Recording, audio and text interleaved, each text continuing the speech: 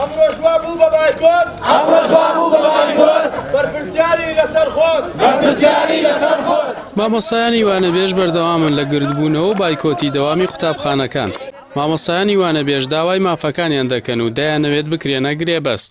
کامێرای پێیام لە شار و ناوچە جیاوازەکانی هەرێمی کوردستان لەنێو وانەبێژاندا دیمەنی گردبوونەوەی ئەو وانەبێژانە و دەنگی ناڕەزایی و داواکاریان بۆ لایەنی پەیوەندیدار دەگوازێتەوە.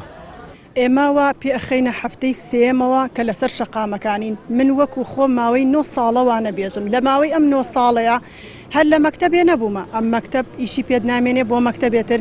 وەکو خۆم معاناتێکم هەبووە، مناڵم هەبووە، مدیرەکەم ئیجازەی پێ نەداوم. پێم وتوم ئەبێ بیتەوە بۆ دەوام بە نەخۆشی مناڵی کۆرپەم جێشتووە چوومەتەوە بۆ دەوام.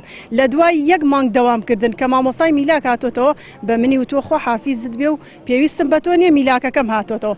بەڕاستی ئێمە کە لێرەین داوای شتێکی زیادەمان نەکردووە، داوای مافێکی زۆر سەرەتایی خۆمان کردووە کە دامەزراندنە. لەگەڵ ئەوەی کە دەرگای خوێندنگەکەم داخراوە و خوێندکارەکانم لە ماڵەوەن من نامرتاحم، بەڵام کە لێرەم پێش مافی خۆم داوای مافی ئەوانەکەم. ئەو بڕیاری وەزارەتی دارایی داوایتی بە هیچ شوێک ئێمە ڕازی نین، چونکە یعنی هیچی وای لە مۆزوعەکە نەگۆڕیوە. پێشتریش ئێمە ئینجازەمان هەبوو، پێشتریش 300 بۆ 400 هەزارێکمان نەبوو. ئەو ئێستا هەر هەمان ئەو خاڵانەی پێشترە وەکو ماف بوو ئێمە دابینی کردوێتەوە. ئێمە بەردەوام دەبین لە بایکۆت و خۆپیشاندانەکانمان. ئەگەر زۆرینە لەگەڵ بایکۆت بێ ئیشەڵڵا هەر بەردەوام دەبین. ئەگەر زۆرینەش لەگەڵ بایکۆت نەبێ ئێمە ناومێد نابین بە گروتینێکی ترەوە، بە بەرنامەداڕشتنێکی ترەوە ئیشەڵڵا بایکۆت دەست پێ دەکەینەوە. کۆڵ نادەین هەتاوەکو ئەو کاتەی دامان دەمەزرێن. ئێمە پێویستە وەکو هەم مامۆسانی ئەنجومەنی پێشەنگ و کە پشتیوانی ئەوان دەکەین، ئەوانیش بە تێگڕا بتوانن بەردەوامی بە خۆپیشاندانەکان بکەن بۆی بتوانن کارێ بخینە سەر حکومەت بتوانێت کە هاوسۆزیان لەگەڵدا نوێنین کە جێبەجێ بکەن.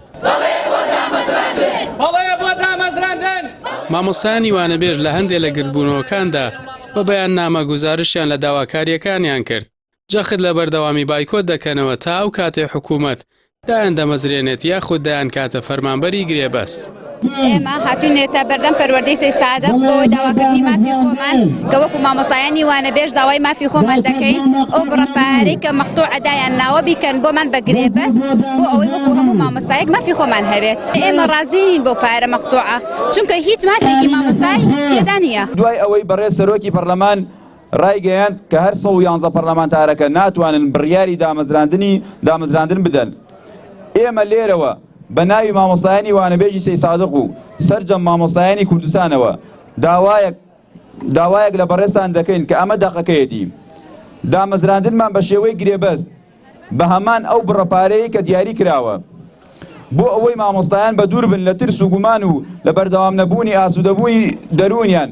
بەحساب ئەبێ ئێمە ڕازی بین بۆ بڕەپارەی دانراوە. بڕەپارەی کە دانراوە هەر وەکو پێشووترە، هەر بەپێی بەشەوانەیە، چونکە بۆ منە کەسێکە 12 حیسەی هەبێ 200 هەزار دێت، کەسێکە حیسەکانی بگا بە 18 اینجا 350 هەزار بۆ 400 هەزار.